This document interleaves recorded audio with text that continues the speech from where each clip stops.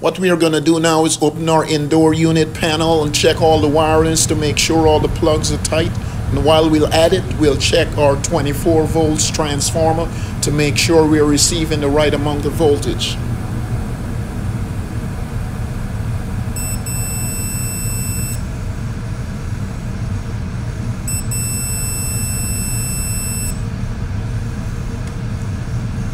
We are receiving accurate reading from our primary and secondary. So what we're going to do now is put back on our panel and check the outdoor unit to see where the problem is. Unit cut on and cut back off.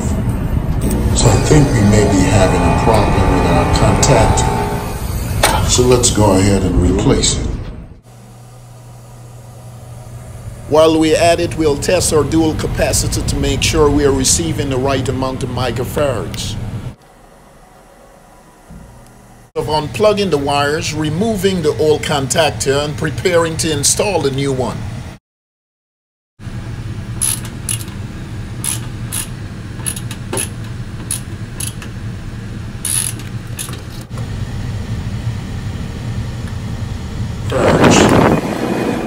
As soon as we are finished installing our contactor, we're going to reconnect our wires to our dual capacitor, plug back in our disconnect. Then we're going to go to the indoor unit, turn on the thermostat to make sure everything is functioning and working correctly.